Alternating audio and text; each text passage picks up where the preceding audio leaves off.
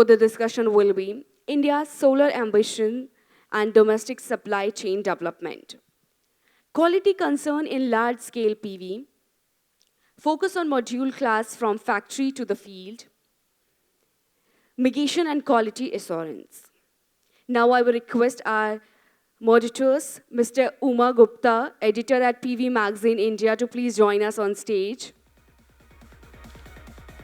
Next, we have Mark Hudson, magazine director at PV Magazine. Now I will welcome our panelists to please join us on stage. Giuliano Botti, product director Asia Pacific Dow. Welcome. Pradeep Kumar Kukreja, executive chairman, Brazil Renewable Limited. Mr. Amit Mittal, COO, Ampere Energy Transition. Mr. Hardeep Singh, COO, Grew Energy Private Limited.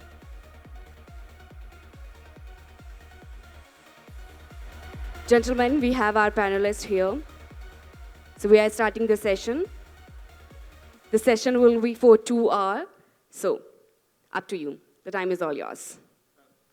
Okay, thank you very much for the kind introduction. Unfortunately, as you can see, we only have 2 out of 4 panelists have arrived so far. I think the traffic is quite bad in Delhi this morning. I suppose we will carry on and get underway, though. Thank you to Giuliano and Hardeep who have arrived already. And good morning, welcome to this PV Magazine Insight session. Uma, would you kick us off? Good morning and welcome to this PV Magazine Insight session on the first day of Renewable Energy Expo 2024. My name is Uma Gupta. I am the editor at PV Magazine India. And my co-host for this session is Mark Hutchins, who is the director of our Global Magazine edition. Thank you. Welcome again from my side, and it's great to be here in Greater Noida this morning. And to have the chance to host this session right at the beginning of what's sure to be a very busy and successful show. This year, REI comes at a very interesting and exciting time for India's PV industry, with huge plans moving forward at pace and a domestic supply chain that is really taking shape in 2024. Today, India is increasingly able to meet its own domestic demand for PV modules, and some suppliers even looking at opportunities in export markets like the US and Europe. The next challenge, though, is moving up that supply chain from modules to cells, wafers, even polysilicon, and of course the other vital components that go into a PV module as well, encapsulants, glass, junction boxes, and more.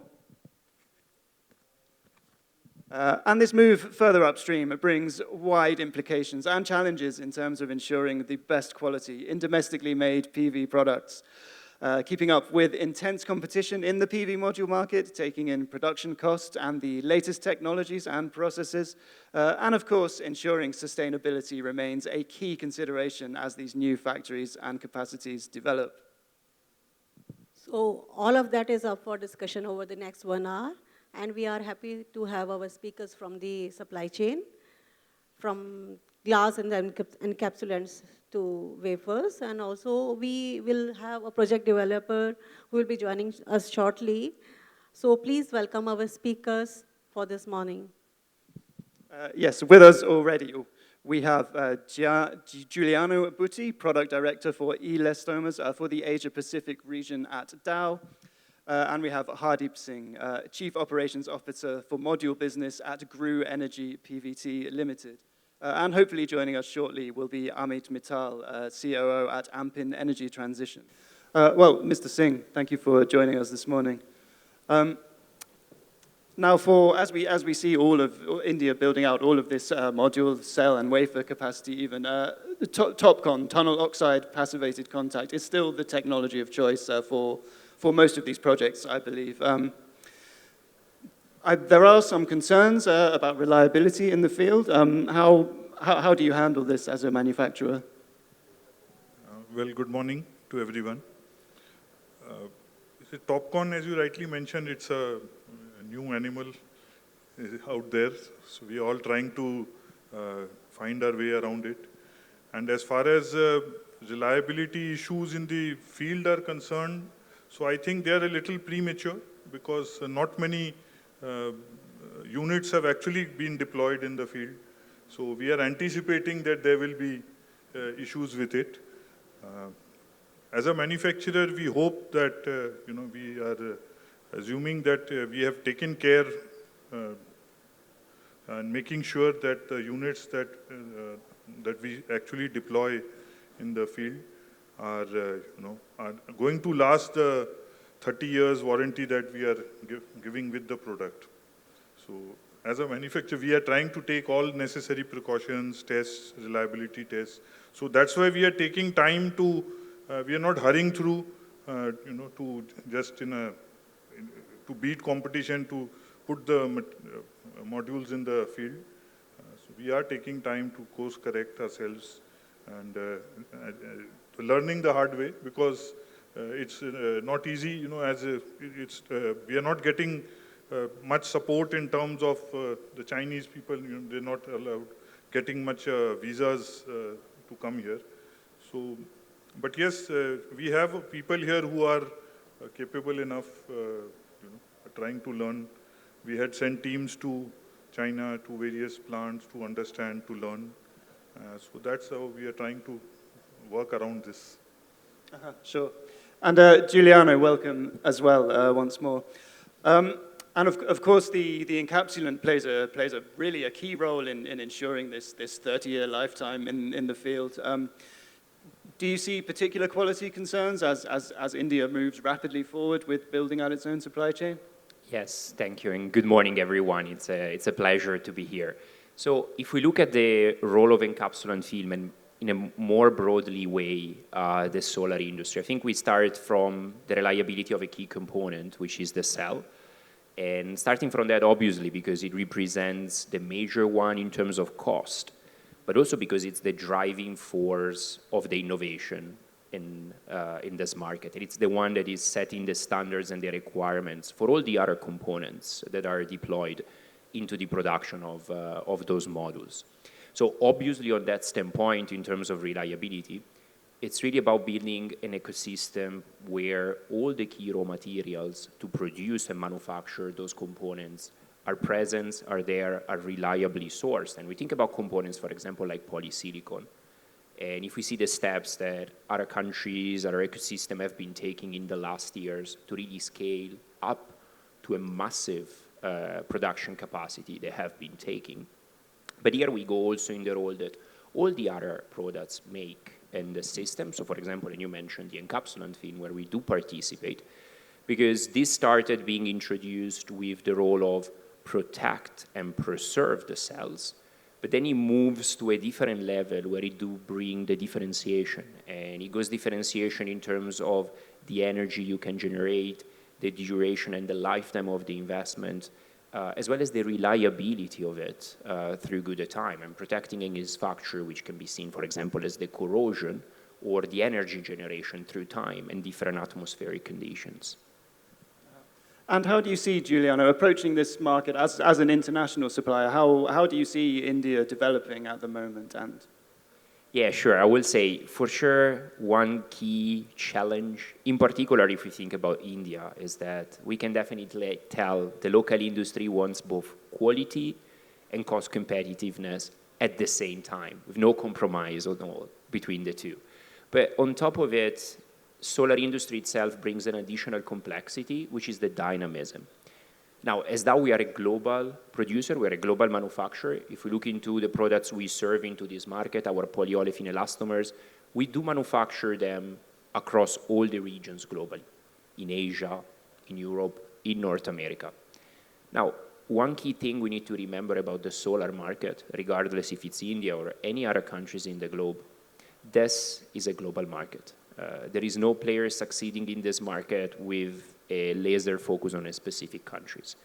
The supply chains are interconnected. The players that are leading the industry are global players. So a challenge for a supplier is to be capable to be a global suppliers and local at the same time. We can say global if we want to, because you need local support, local innovation. We have R&D capabilities all over the world. But we also need to have the capability of assisting and supporting the players at the global level. So with this global manufacturing footprint, this is what we can do to address it. On the POE side, we're also the major producer globally. But I think a key item here is to make sure we do continue meeting the growing requirements in terms of innovation of this industry. And technology is rapidly and fast evolving. You need to be capable to design your polymer to keep addressing the unmet needs of this industry. And that's what we're doing here in India when we work with the local customers we've been developing over those years. It's really to make sure you bring the right polymer with the right supply flexibility and with a solid and robust R&D effort to keep designing and upgrading the design of your polymer to meet the unmet needs of the industry itself. And Hardeep, Giuliano mentioned there the importance of having local partners and being on the ground here in India. How important is that for you when you're looking for suppliers for things like encapsulants or glass and other module components? Well, it always helps as a manufacturer if you can secure your supply chain, and if it is locally available, nothing like it. It cuts down on the timeline. You can really work just in time kind of situation. You can work closely in terms of testing, R&D. So it actually really helps if you have a local presence available. And you mentioned earlier when speaking that India maybe hasn't had so much international support in kind of setting up this huge, ambitious, manufacturing footprint. I mean, how do you kind of approach that, finding people with those skills and that experience to work in this field? Well, we've been upskilling our people. We've been getting freshers, training them, getting people from other related industries, training them, and sending people out, for training. So that's the only way to work around this, I guess. Okay, sure. Jano, coming to the basics of technology, what are the options available in encapsulant materials and how do they differ? Sure. So if we look into the encapsulant film formulation, starting from the building blocks of it, there are two polymers that are the key raw materials for the production of encapsulant film. One is the polyolefin elastomers, I refer to as POE, and the other one is ethyl vinyl acetate, EVA. So those two polymers can be used to manufacture encapsulant film, both of them either in a pure form, so you have in 100% polyolefin elastomer-based, POE-based film, or in 100% EVA-based film. And what we have seen in the last few years, you also see a kind of a hybrid combination of the two in a co-extruded way, which the industry refers to as EPE, simply going by the acronym of the structure, having EVA in the two outer layers and POE in the core layer. Now, moving now from what is the formulation to how does it translate into the needs of the cells and what it brings and the differentiation. Obviously, a pure POE film is the one that brings the highest quality standards when it comes to preserving the solar cells from corrosion, so protecting them against humidity and the exposure of external agents, and also giving the optimal power generation through good time. There is this parameter on what we call the anti-PID performance, which is the highest when pure POE films are used. Now, as Dow, we actually manufacture both of those polymers. We produce polyolefin elastomers, we produce EVA as well in different assets through Good Globe.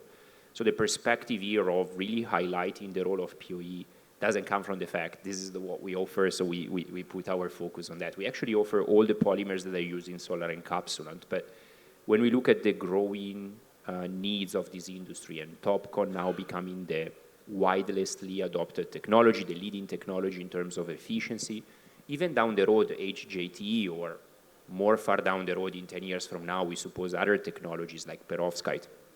We really believe that polyolefin elastomers across all those technologies are really the key factor to maximize the performance of those solar cells.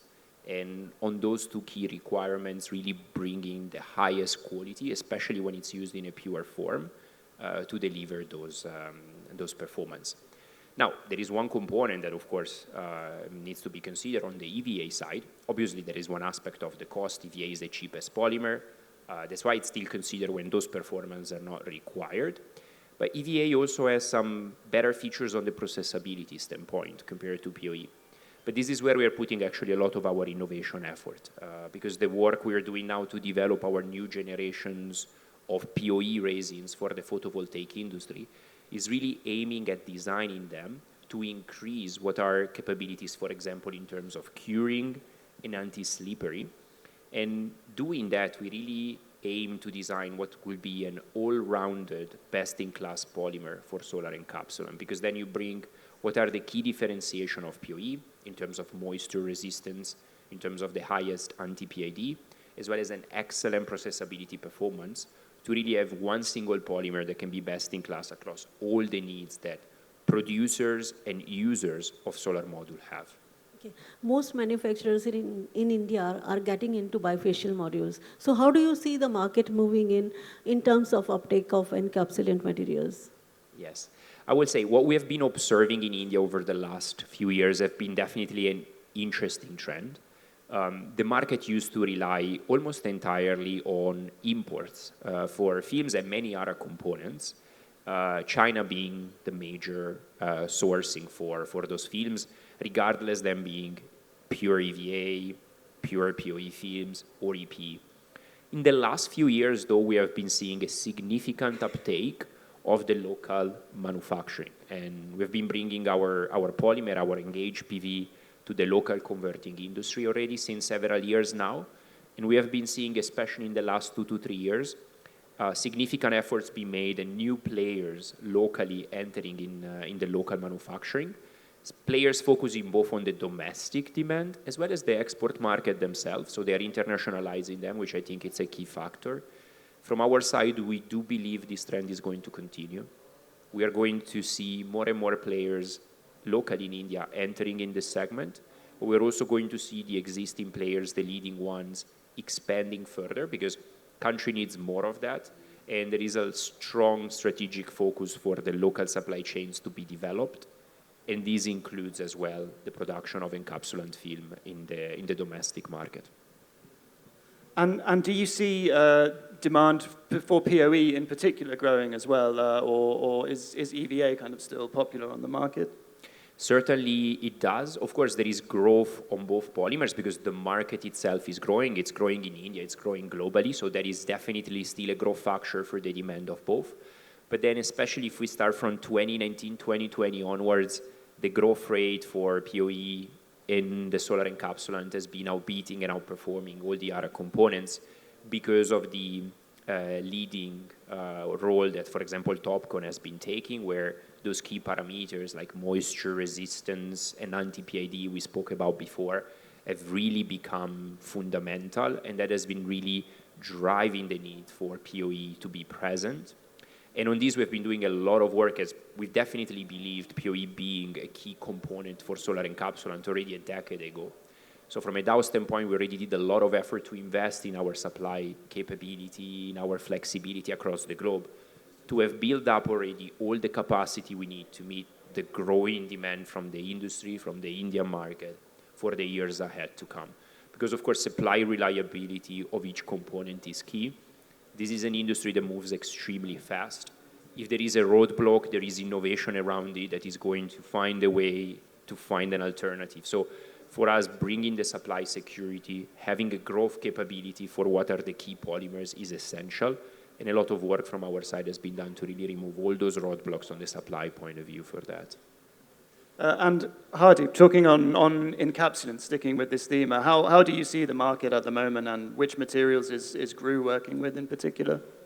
Well, at the outset, Giuliano mentioned that Indian market very typical. So they want the best quality at the lowest price. So generally it doesn't happen that way, but that's what they need. And we are trying to also find a balance as to how to give them the best quality at the lowest price. So currently, we are, as far as TOPCon is concerned, glass to glass, we are working with EVA and EPE. POE, yes, in case some customers specifically ask, There are customers who are quality conscious and are ready to pay for it. So for them, we use POE also. And so, and yes, but a lot of work, I think, still needs to be done on the POE front. Because we've been having challenges on the manufacturing floor while using POE. So which I'm sure with all the innovation that you are putting in, so we'll be putting behind us. But going forward, yes, I think the trend is going to be more on the POE side. Could you elaborate a little on the challenges you face with POE? No, like some of them, he also mentioned, like slippages and things of that sort. And we are also new to this.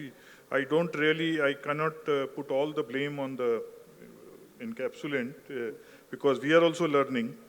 As I said, it's a new animal on the block. So we are also learning the ropes and we're trying to work the fastest way around it. So the easiest way is to, just leave it aside and work with EP, EVA and EPE.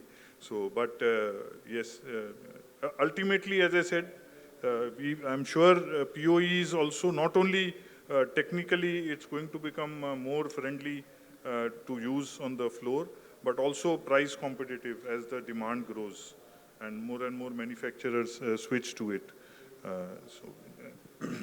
Sure. Well, Giuliano, of course, yeah. As Hardeep mentions, the price of POE is really the key here, and we do still see a bit of a gap, I think, between the cost of EVA and POE materials. Can you comment on how big that price gap is currently?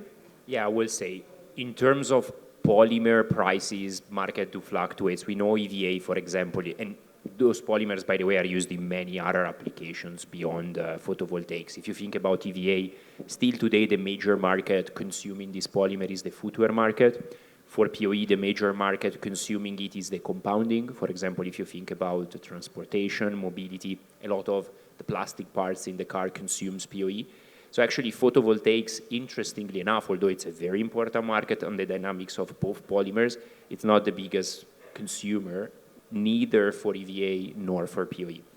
This is to say something that, especially on the EVA, which is more on the commodity side, it's a cheaper polymer to produce, as I mentioned, but it's also a lot more volatile, and it's exposed to all these demand fluctuations that commodities are intrinsically exposed to, which of course in a moment where you see a certain downturn can make it more attractive, but then in a moment where you see supply scarcity can make it much more cumbersome for an industry that needs reliability, like photovoltaics, to actually constantly and consistently rely on it.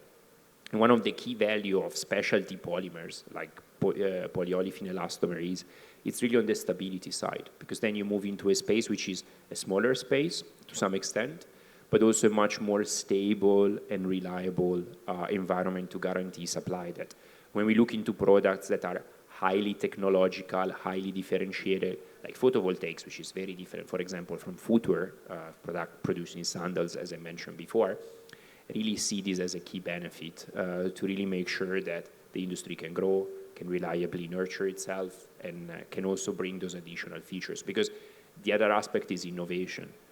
You don't see innovation happening in a commodity. So whatever feature you have today are the same features you had 10 years ago.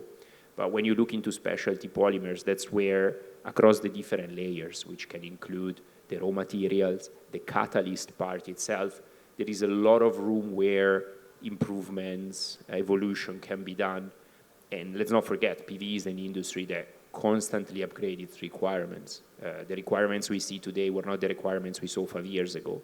Pretty sure 5 years from now, requirements will also evolve. So this is where having a technology and a polymer that can continue evolving itself and that space to do so in the building blocks on how you design it, it's key for this industry to continue. So to your point, yes, it's true, there is a difference in the cost, the price of those polymers, but because those polymers are intrinsically different, and when we do look at what are the requirements that this industry has, we believe that POE is definitely on the long term the choice for this industry to really go after the growth targets and the innovation targets that are there. And in any case, would you expect to see that cost gap decline a little as demand rises? I will say that gaps between the two will always change. If you look historically, you see times where gaps are bigger or smaller, also because EVA price where it is today will probably climb up again and down. So I think the perspective we should look into these, rather than the gap on a price point of view, which will constantly change, as I mentioned, I think it's really in terms of what are the needs this industry has, what are the needs the solar cells has in terms of protection and prevention. Yeah, we're not talking only about the cost difference of a kilogram of EVA or POE. If you think about the whole cost of the investments, you also need to put it in terms of what is the power you generate out of that solar cell over the next 20 to 30 years. What is the longevity of that cell, boosting the investment lifespan up to 30 years. So if you think about that perspective and the incremental value you can generate by upgrading the quality of your encapsulant film, it's not just a matter of looking into the incremental cost of the polymer, but it's really looking into what is the total return of investment you can generate by upgrading the quality of what you do, and then looking at investments that are not done for the next few months, but really for decades ahead. And, well, speaking of kind of changing requirements for the PV industry, one particular degradation mechanism, one issue that I see more and more discussion of lately is ultraviolet degradation, which I believe is quite a serious risk in TOPCon and heterojunction modules. Is this something that Dow has kind of looked at, and whether that can be solved through the encapsulant? Yeah, I think there are different aspects there on the technology that today are, let's say, unmet needs. We were discussing before on the processability side, but then when we look into longevity, you mentioned about the ultraviolet component, there is the moisture resistance. We see also a lot of offshore investments done for a PV, where the panels are exposed to even higher humidity and external agents. So on that standpoint as well, the PID performance, we are constantly working to optimize what is the design of our polymer, of our POE. And we do it especially on the catalyst side, which is really the core knowledge and competence we bring from Dow, as we've been designing our own technology for many years now. And these are definitely all the key areas we're aiming our innovation to really aspire to have a product that is processability good enough with EVA, but then at the same time, when it comes to the longevity point of view, really bringing the best in class across the industry and across also the in-kind alternatives in POE. Hardeep, you are setting up big capacities in India. So are you looking at export markets also? And do you have plans to set up bases overseas also? Well, yes, we are looking at export market in the long term. Right now, the supplies are restricted to domestic buyers only. But yes, going forward, we are looking at that. And the supply, as far as setting up a manufacturing unit outside India, well, there have been a few considerations, but nothing concrete as of now. You'll come to know if there's anything, but nothing as of now. And when you look to these export markets, can you comment on which markets in particular are the most attractive at the moment? Well, from a cost point of view, the US market is the only market which is currently open to the Indian manufacturers in that sense. Europe and Africa and the Southeast Asia and the rest of Asia. So there it's very, very difficult to compete with especially the current Chinese pricing, which is, almost crazy level, I should say. They are not realistic. They are much below the cost price, which they themselves agree to, in our private conversations that we have with them. So it's going to be difficult to compete with them on that front. So as of now, to answer your question, the only market which is reasonably open to us is the US market, and some of the markets in Africa where the projects which are getting funded by US investors, or even say there are some projects coming up in some of the countries like Maldives, Mauritius, which are funded by the Indian Exim Bank. So there is mandate that you need to use a made in India product. So those markets are also open to us as of now. And of course, this issue of very low module pricing that's been around for quite a while now, I'm sure that's something that will be on everybody's mind for the next 3 days at RAI. How do you see that situation developing? How long can this go on for? It's anybody's guess.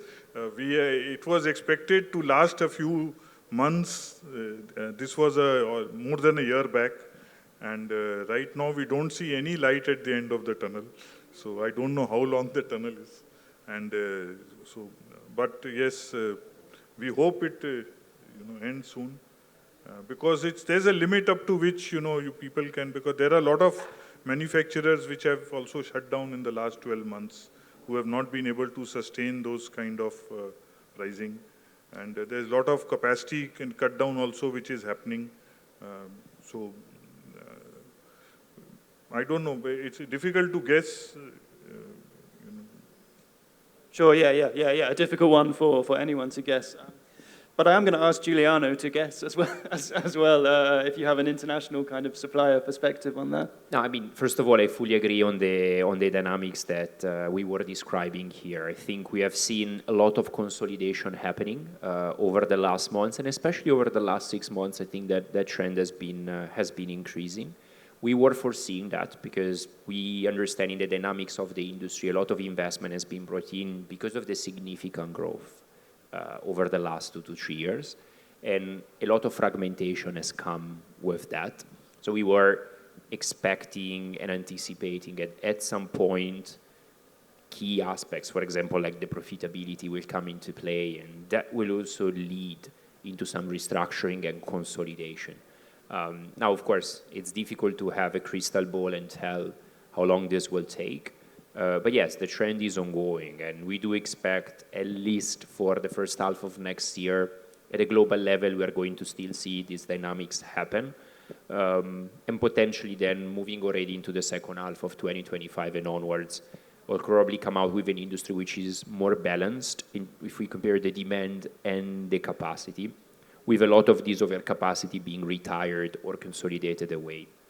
But I think it's important to underline that although this is happening, this is really not led by a change in the demand part, because the overall demand for installation is growing, is continuing to grow.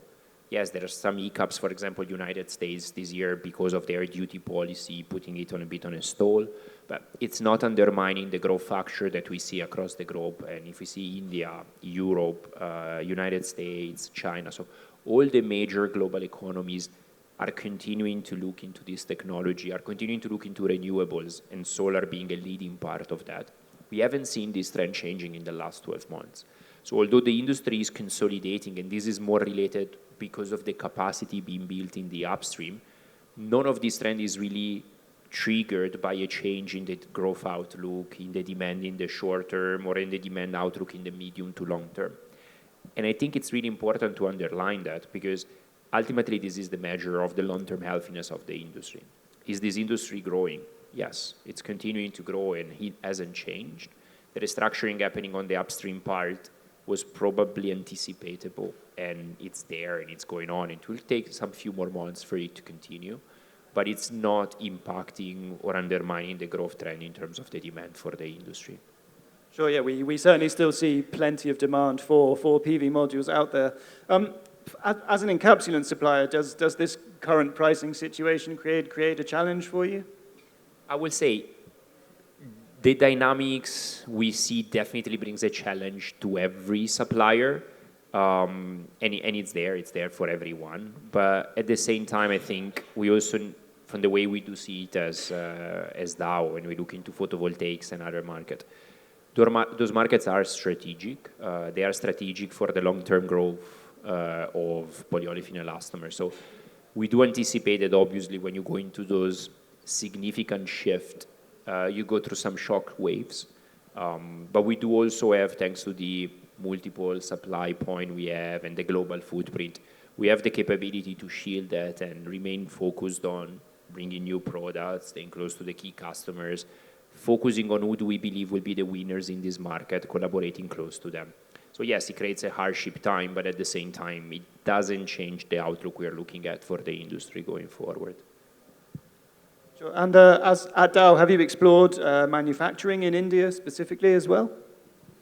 On our standpoint, for the time being, we do not have plan to manufacture locally, but at the same time, and we have three major manufacturing hubs for PoE, one in Europe, the other one in US, the other one in Thailand. I believe the supply flexibility is key because it makes us very resistant on any disruption that can happen globally, as we have three different points in the globe that can produce PoE, that can produce Engage PV for our customers. There are many different ways you can be close to the market, even without a local manufacturing, for the polymer at least. And this is what we are working on to really make sure we can meet the needs, the growing needs of the Indian market. And we're really leveraging at this point of time all our supplying points to bring our material here. And we have seen this working, and we're also exploring with the growth we expect from this market, how we can be even closer to our customers here in the near future. Okay. Sure. And Hardeep, when you look to the supply of things like encapsulants, other bill of materials, components, do you see availability from Indian suppliers for these kind of products? Well, the availability is growing with every passing day. There are Indian manufacturers who are seriously investing in the local facilities and technologies. And but we would encourage to have a local manufacturing, because you see there is for the encapsulants there's a shelf life, and considerable amount of that shelf life goes into the transportation part, especially if you are getting it from a long distance place. And if you're getting it by sea, minimum 30 days is there. So out of the 90 days, the prescribed shelf life, 30 days goes in the transportation part, and then another 15 days in logistics like custom clearance and transporting to your facility. So you are hardly left with 30 to 45 days, to many. So if that is what you can, take care of and avoid if you have a local manufacturing where you can get the product in, within days or a week at the most, which we are getting if we opt for a local manufacturer.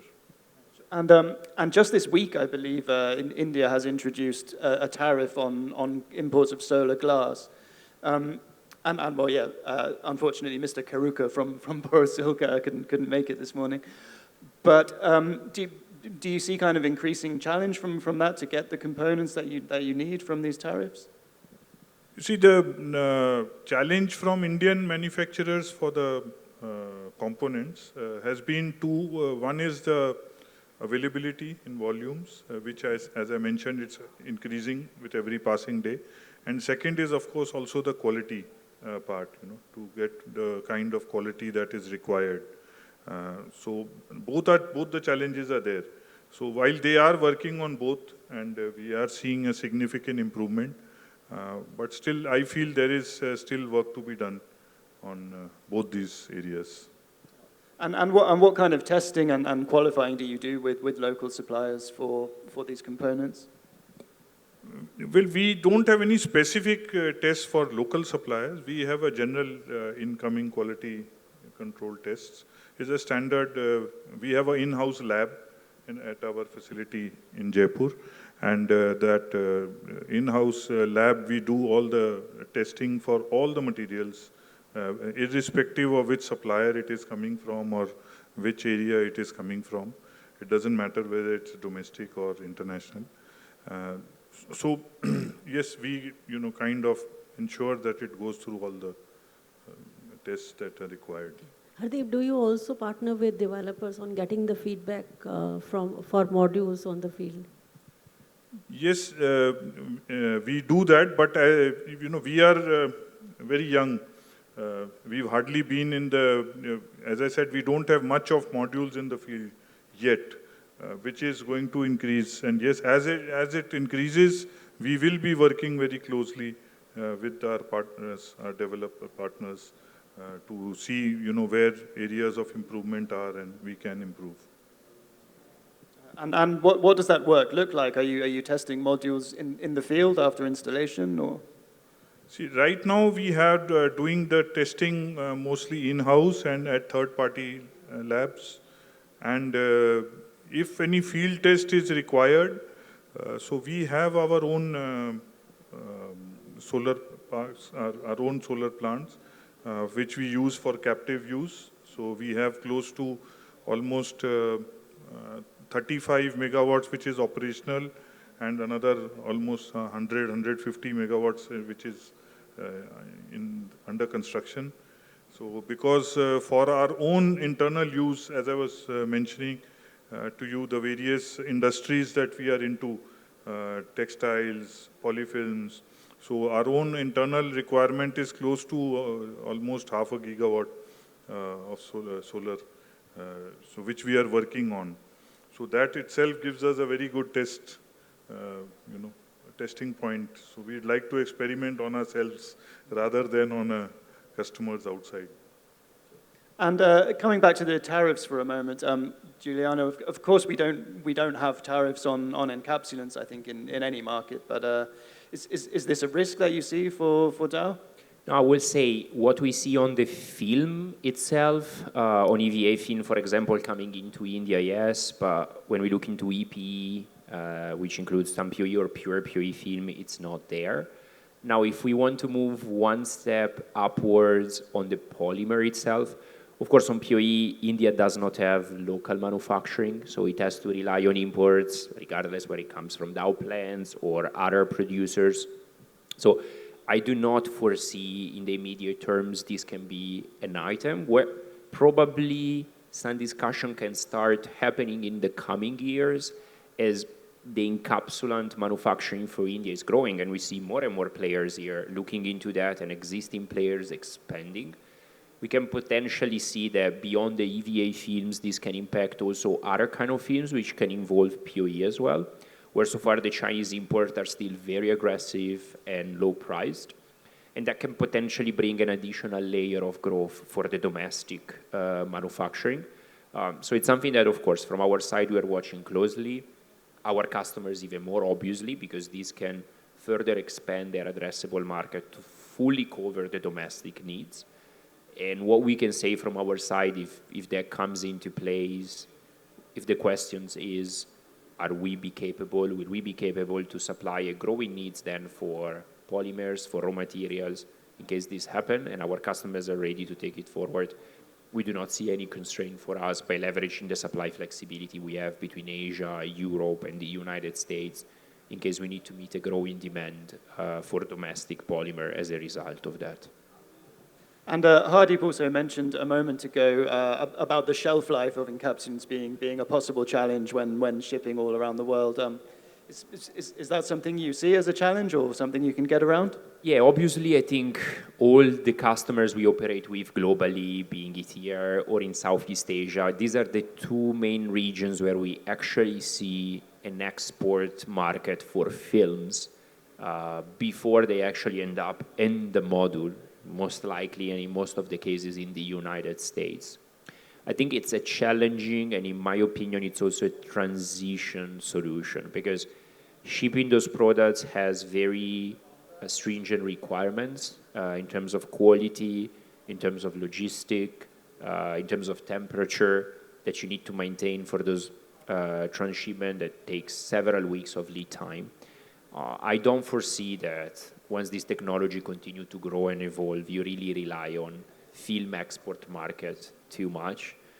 Most likely films need to be produced, and in many cases are produced very close to where the module manufacturing facilities are. And I do believe this trend will grow and expand even more. And it's going to lead to more and more domestic manufacturing of encapsulant film in the main region, which will be module manufacturing going forward. Hardeep, when it comes to quality standards, do you feel the need for revision or any refinements? When it comes to quality standards for PV modules, so do you feel the need for revision or refinements based on the actual field conditions? See, as far as you're talking about the IEC standards and BIA standards, well, those are anyway, I think, constantly being looked at by the committees which pass those standards. So that's a continuous process. And yes, they need to be agile. And, because earlier there were no modules being used in 50 degrees temperature, 60 degrees temperature, which is there in Rajasthan and some parts of Gujarat. So they may, when they set up those standards, probably they didn't think of, extreme climates like that. Like in the US, you have those, recently there was this hailstorm and there was some huge number of modules which got damaged. And suddenly everyone woke up that, we need to make those hail tests a little more stringent. And so they are working on that. And I think it's a continuous process as we keep exploring new areas to deploy these, like the floating market, and higher regions. We see a lot of deployment happening in Ladakh, Leh also now.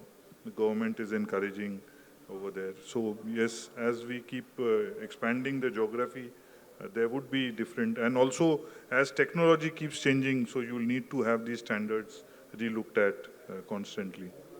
Would you expect then to see eventually standards, region-specific standards or climate-specific standards for where a module is going to be installed? Well, they are actually already there in some of the markets. Like in US, you have the UL standard, you have the CEC for the California part. Similarly, in India, you have the BIA standard, so which takes care of some of the Indian requirements, as I was mentioning, the extreme weather conditions that we have in some parts of the country. So it takes care of that.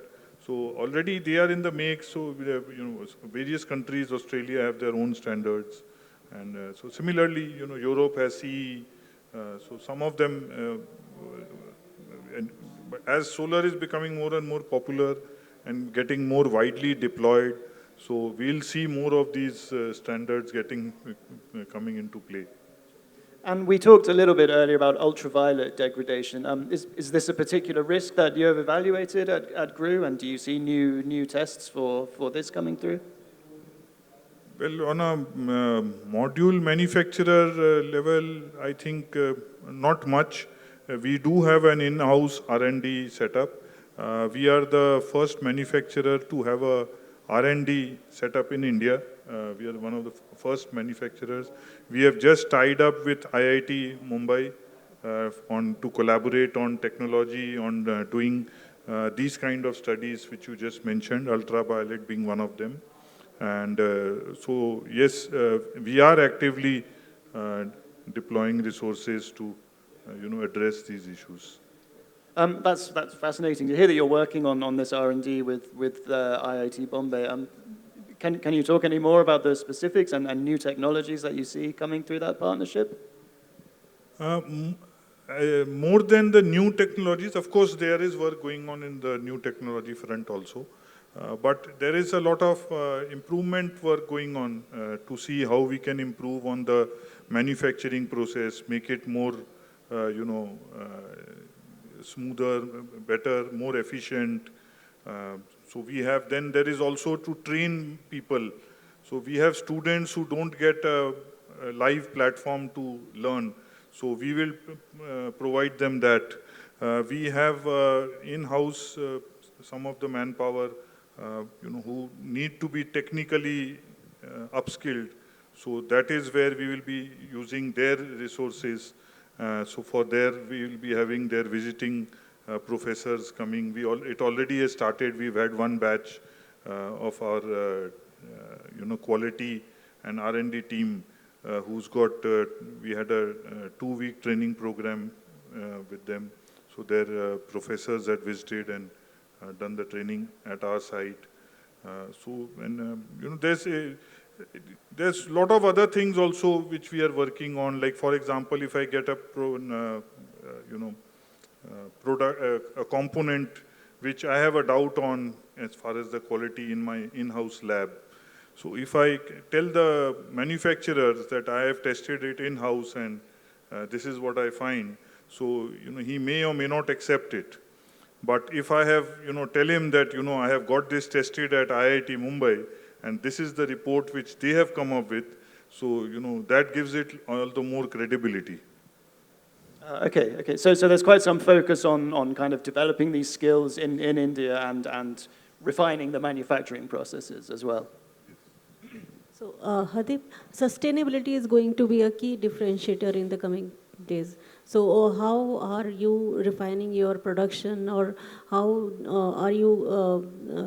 What is the selection criteria for the materials that you choose for module or cell making? Okay, as I mentioned earlier, as a group, Chiripal Group, so we are into various industries in textiles, in polyfilms, in education. We have close to 300 schools, and then of course now renewable, we've got into the manufacturing. So we are very conscious on the sustainability front right across. Most of our units are, solar powered. To give you the example, our 2.8 gigawatt facility, which is there right now functional in Jaipur. So that is completely, we have a 3 megawatt solar plant on the rooftop, which takes care of the entire power requirement of the plant. Then in all our facilities, we follow water recycling, for example. So all the water that is used for gardening and this sort of things is all recycled water. It's not fresh water. And then we are working very closely with our suppliers, encouraging them to use sustainable material. For example, we worked very closely with Borosil also. Like their material, when it used to come on wooden pallets, so now we are encouraging them to, instead of wood, because wood you are cutting, trees to make those pallets. So now we have moved completely to reusable pellets made out of sustainable plastic. Totally discouraging the need for cutting trees for those pellets. So these are sort of things that we are doing, in-house. Then all our offices, facilities, they are all, we have the sensor lights so that if you are not in the room, the lights go off on their own. So these small gestures, sustainable, it's actually a very big word.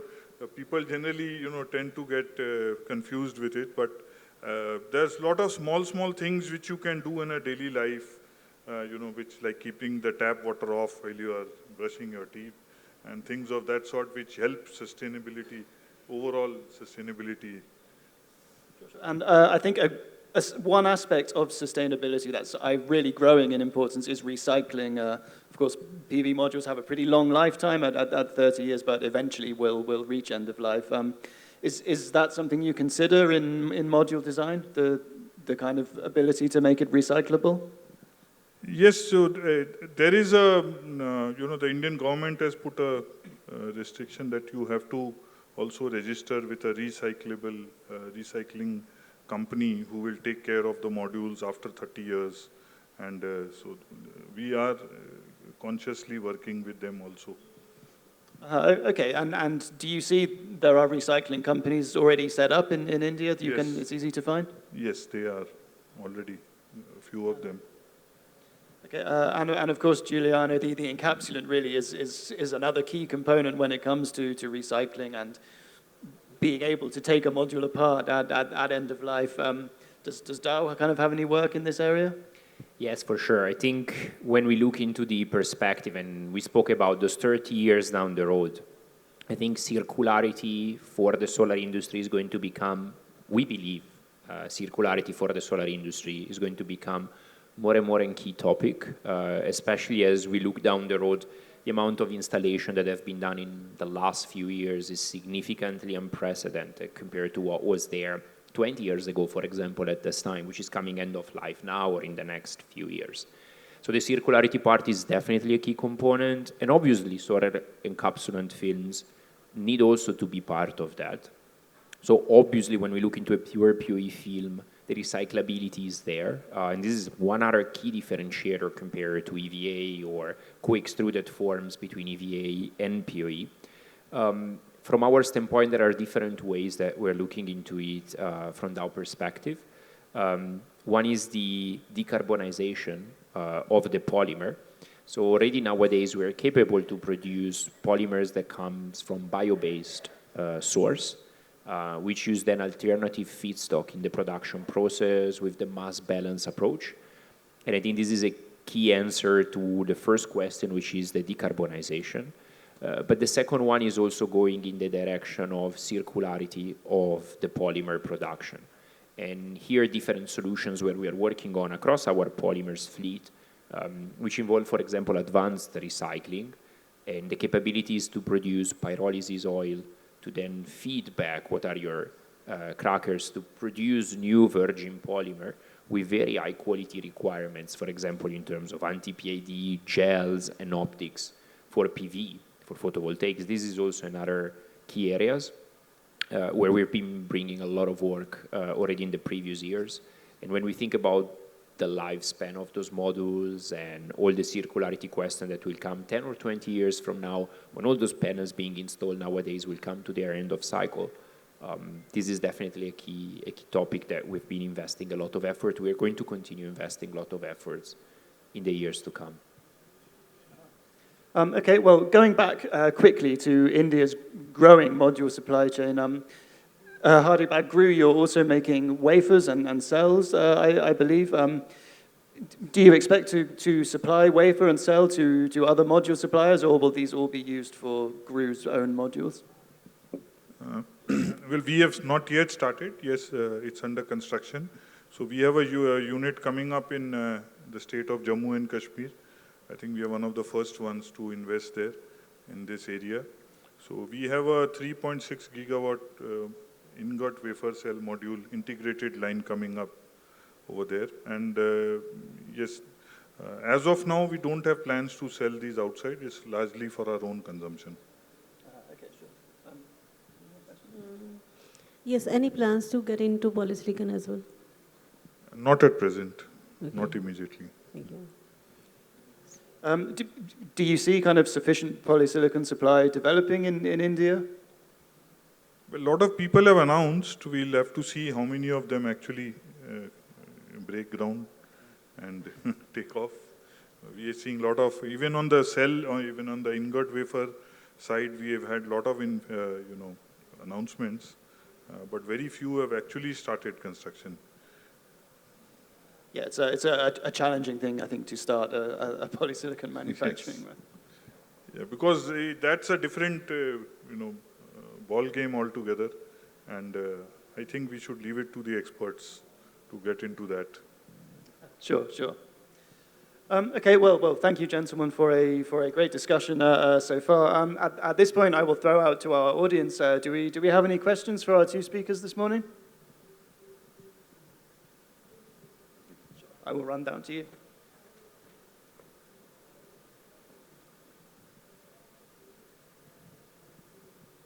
Thank you. So Giuliano is from our same organization. So the question is for Hardeep ji. Hardeep ji, you mentioned about our incompetence towards competing with Chinese for markets except for US, right? So this is cost incompetence, right? Our costs are very much higher than Chinese. So there are two questions I have. Which components, like if you can list down what are the components, how incompetent we are in a solar module versus what we get from China? And secondly, how are we in terms of efficiency? How close or how far our modules are in terms of efficiency versus what we see coming from China? Okay. First of all, I don't recollect having used the word incompetent, that we are incompetent as vis-a-vis China. All I said that we are unable to compete with them as far as pricing is concerned. So that is where the issue is. It's not on the quality side or any other area. So as far as quality is concerned, I think we are at par with them, if not better. We are using the world's best, most automated lines. If you come and see our facility, you can go and visit any facility, module manufacturing in China, and then you come and see our facility. I don't think you will find us lacking anywhere or any incompetency in any area over there. The problem is the policy regarding around the pricing. The current Chinese pricing, as I said, it's way below their cost price. And so obviously I cannot sell below my cost price. They are able to do it for some strange reason. I don't know. How long they'll do it, it's anybody's guess. And so if somebody is ready to sell below cost price, then it's a bottomless pit. So you can't compete with that person on any area, in any field. So, but as far as the product is concerned, as far as the manufacturing process is concerned, as far as the other bill of material is concerned, the raw material is concerned, I think we are using the best in the industry, whether it's from India or from outside. We don't compromise on that. And it's the best we are delivering to our customers. But yes, on the US side, even the US government has, seen through this, and they are also seeing that there is some kind of dumping happening.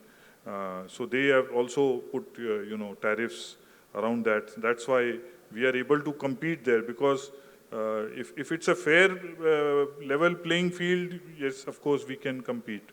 The area where they outscore us is the volume.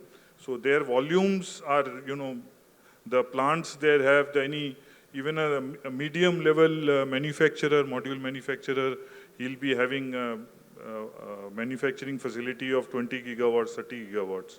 Whereas here we are just getting into the gigawatt scale. Earlier, if you see, all the manufacturers were in the megawatt level. So now only you'll see people are coming with 2 gigawatt or 4 gigawatt or 5 gigawatt. We have one of the players which has 12 gigawatts.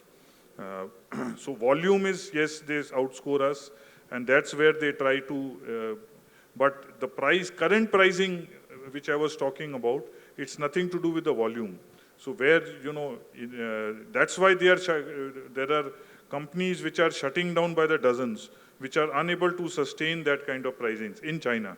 So this time when we were in SNEC, I attended, so there were a lot of companies which had shut down and which are not present this year vis-a-vis last year. And those ones which were there this year, they were very unsure that whether they will be there next year or no, if this price trend continues. So that is what the challenge is. Hardeep, one more question for you. Do you see the low price competition from Indian counterparts too? And also whether the manufacturers who have their own cell capacities are better positioned to serve the domestic market? Well, you'll have to look at this at a little wider level. So this happens with any industry when there is it's on the upswing. There's a boom happening in that industry. The most famous example I give to everyone is the mobile industry, in India in 2010-12, when the mobile industry was at its peak and booming. It was at a similar state at what the solar industry in India is. So there were more than 500 registered Indian brands, Micromax, Lava, so many of them. None of them are there today.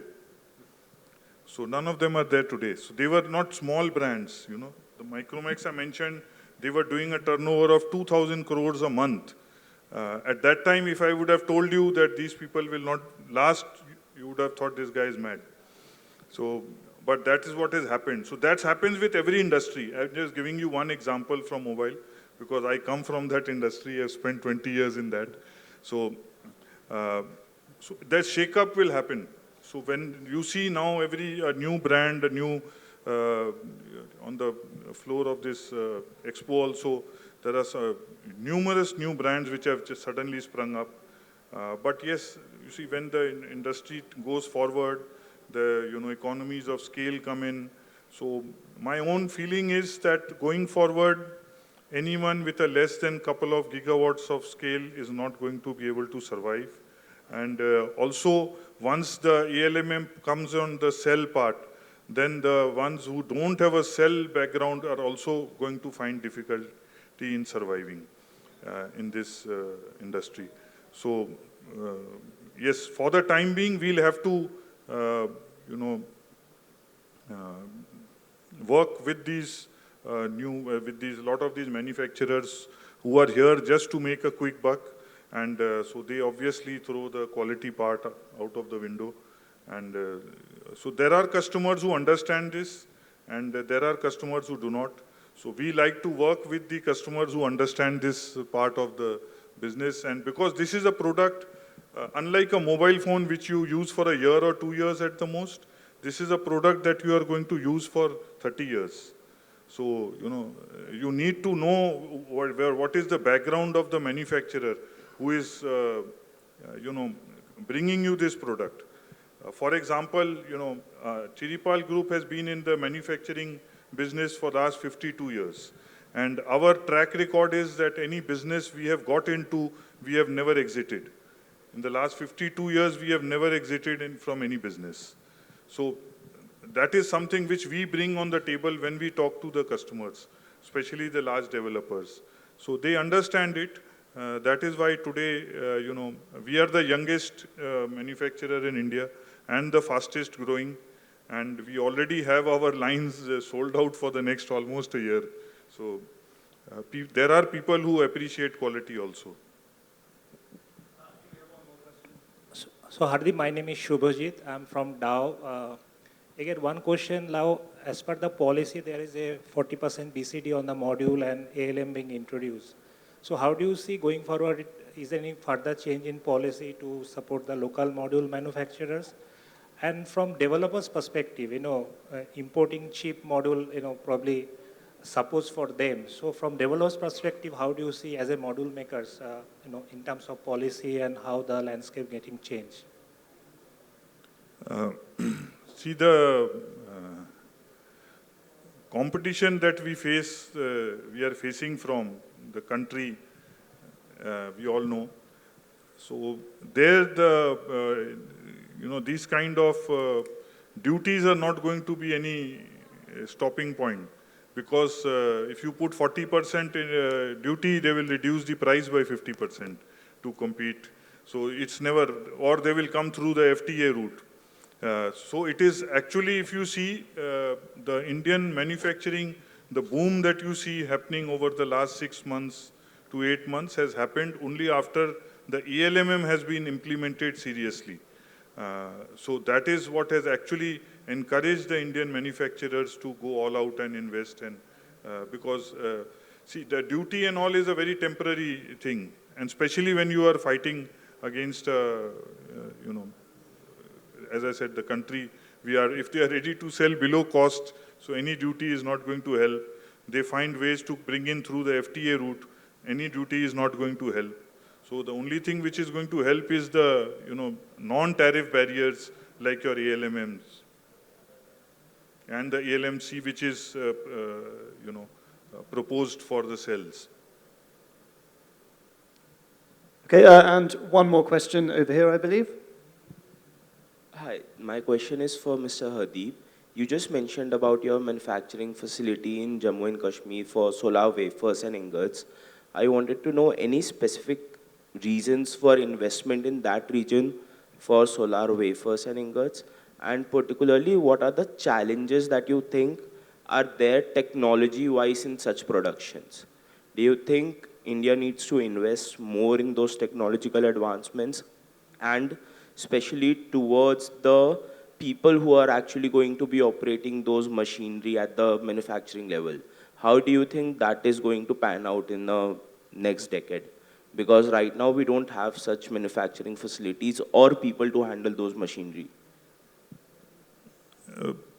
Well, to answer your second part first, we didn't have any manufacturing facility, a decade back.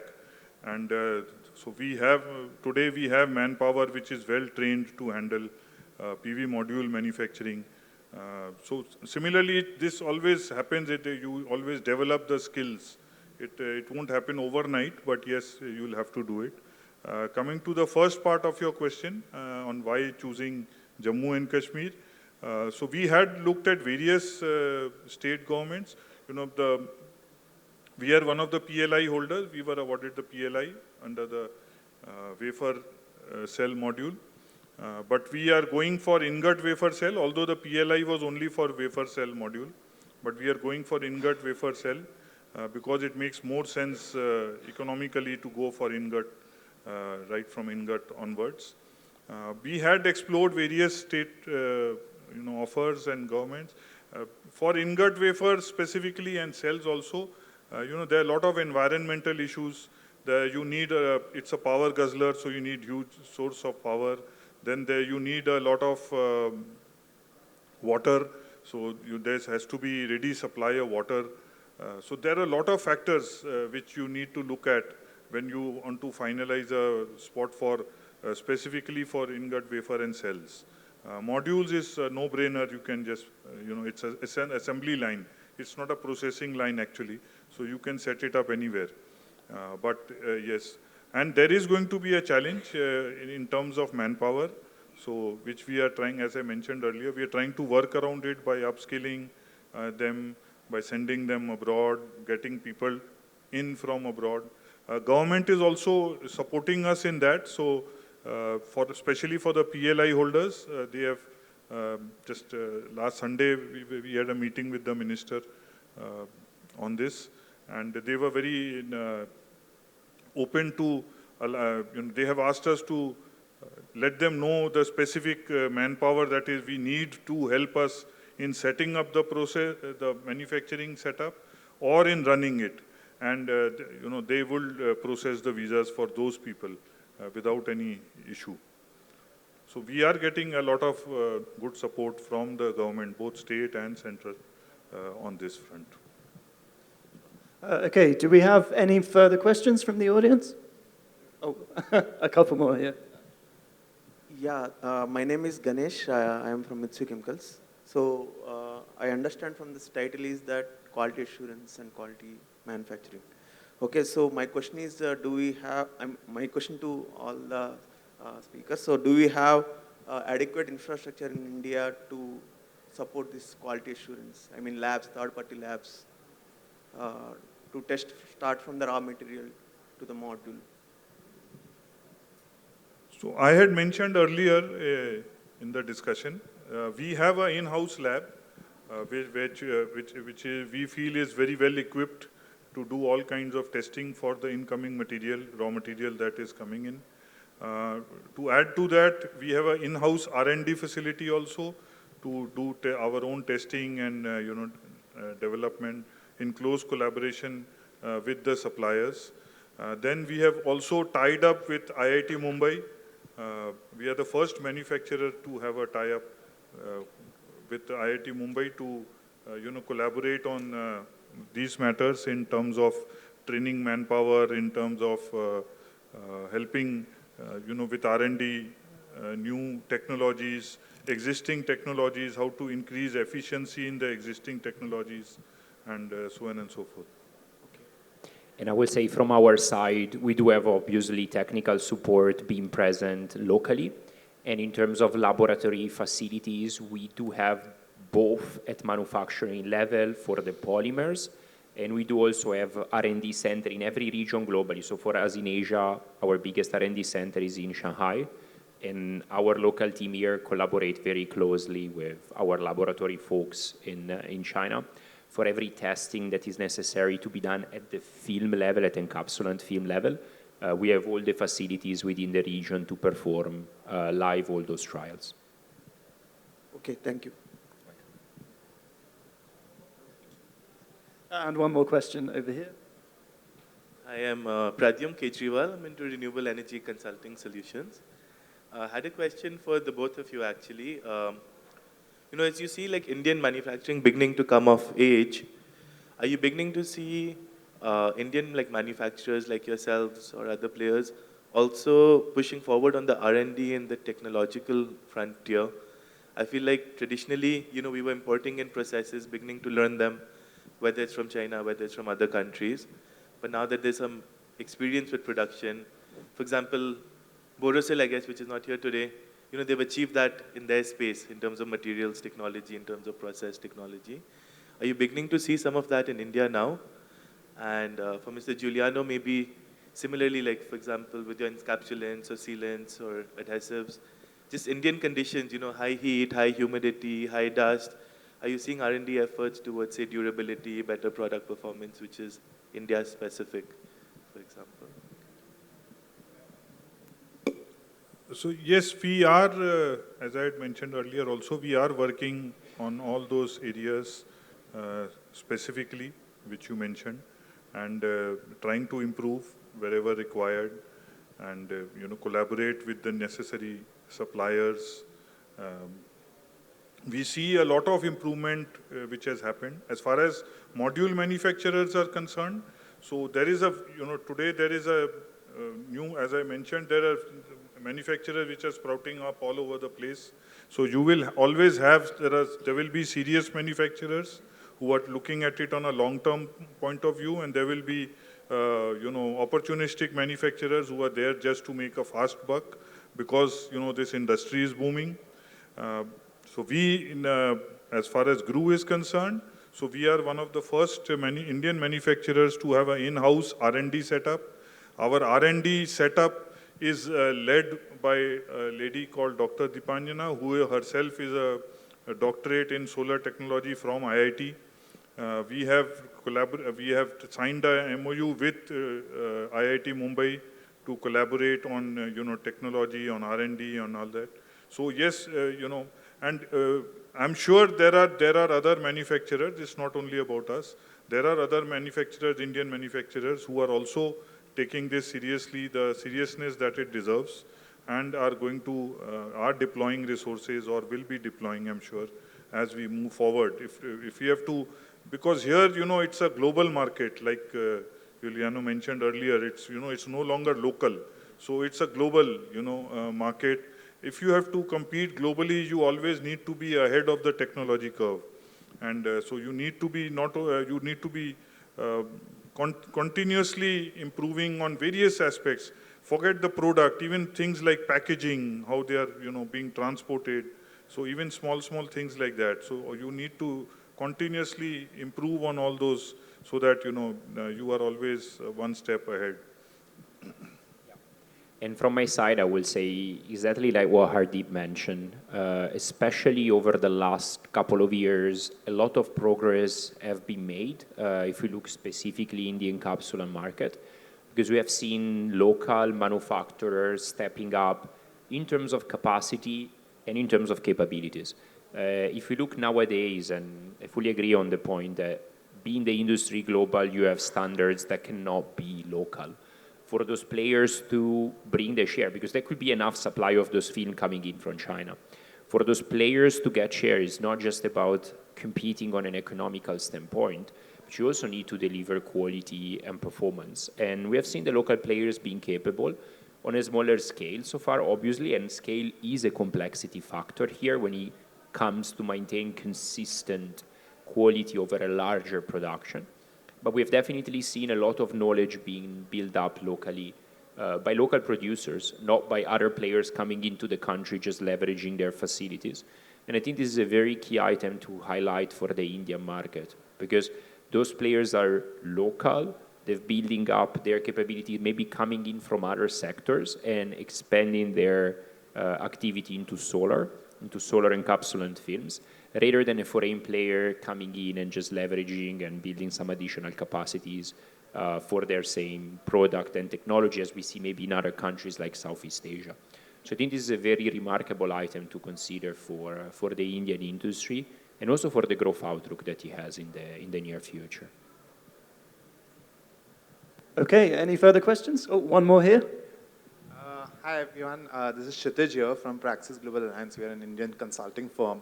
And I'm sorry, I joined a little late, so this might have been covered earlier, but I just had this question. So currently India imposes about 40% duty on import of solar modules, right? And that gives you some sort of an advantage when it comes to competing in the country. Going forward, this might change. It could increase, could decrease. But how do you see this market going ahead if possibly these duties go away? How would Indian module manufacturers deal with that sort of a situation? Well, I mentioned earlier, the duty has never been a deterrent to get modules into the country. If you notice, from the time this 40% duty has been put in, the prices have dropped by more than 70–80%. And there are modules which have started coming in through the FTA route, where there are no duties. So it's the same module being produced somewhere and being routed through the FTA routes just to avoid duty. So duty has never been a deterrent, and it will not be in the going ahead also. What has helped the local manufacturing is the non-tariff barriers, like the ALMM, like the DCR for the some of the government projects. So that is what is going to encourage local production. You need to have some very drastic things which is not relevant today. For example, if you take the automotive policy which India had in the 70s, 80s, when they launched this. So it was a long-term 10-year policy, unlike the current solar policy, LMM, which is, every few months it changes. So that was a 10-year policy, and it was backed by almost 300% duty on imported cars. And even today, the duty on imported cars is more than almost, I think, 200% or something. Even when the industry has completely evolved, and I think the Indian automotive industry is the best example of localization and there is hardly any brand which is not being manufactured here in India, but still, it is being supported by that kind of duty on cars. Because they know that the moment you remove that, there are countries in our neighborhood who will flood the market with cheap cars and, totally driving out the local manufacturing. So that challenge is always going to be there, and I'm sure the government is very agile to that, and they'll keep supporting it in various ways. Okay, I think that's all the questions from the audience today. I will retake my seat then. And thank you both for fielding some tough questions there. Now, just before we wrap up this morning's session, I will throw out to you both one more time for a brief closing statement. Maybe Giuliano, if you would like to begin.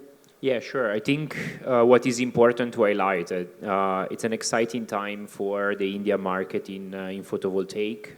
There is investment, there is growth, and there is competencies. And I think these are three key ingredients that mixed together can really give a solid outlook. Obviously, it will be focused on who will be the winners in this market. In an initial stage, obviously, you have a lot of enthusiasm and players looking into it. And that will lead to a second stage where the ones that will take the right step and the size will really be the winners going forward. But I would say from our side, in terms of technology, in terms of the polymers we bring in, we're confident that we're seeing the right outlook and the right investment being taken. And we're more than glad and excited to support the growth of this market moving forward. Thank you. And Hardeep. Yeah, so as I said, he mentioned this is a very exciting time for the Indian market as well as very challenging also. So we need to be conscious. As I said, when the industry is booming, you see a flood of non-serious players coming in and trying to disturb the equilibrium. So we need to be conscious. The long-term players who are there, so they will be there. We need to focus on what we need to do to stay in this game on a long-term basis, and which is quality, improving on R&D, trying and invest in areas which will help take us forward. And there will always be customers who would want prices. Everyone wants the cheapest product, the best product at the cheapest price. But there is a balance which we need to evolve. And fortunately, there are customers who appreciate it, and we look forward to working with them going forward. Okay, well, once more, thank you both for this enlightening discussion this lunchtime. And thanks as well to our audience for some great questions and participation this morning.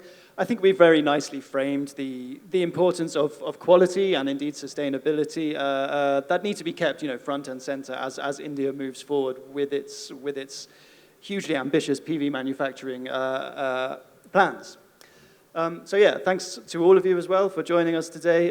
Please do pick up a magazine on your way out as well. We have some here on the front tables or at our booth as well for the next couple of days. And we also look into some of these challenges and achievements in India so far in print this month as well.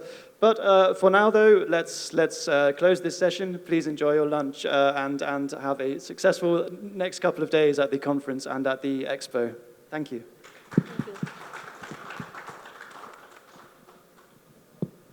Thank you very, very much. Now I would request Our Lady to please do the honors. We have mementos for our panelists and the guest. Can I just request all the gentlemen to please give a huge round of applause? I would request Our Lady here on the stage to please do the honors.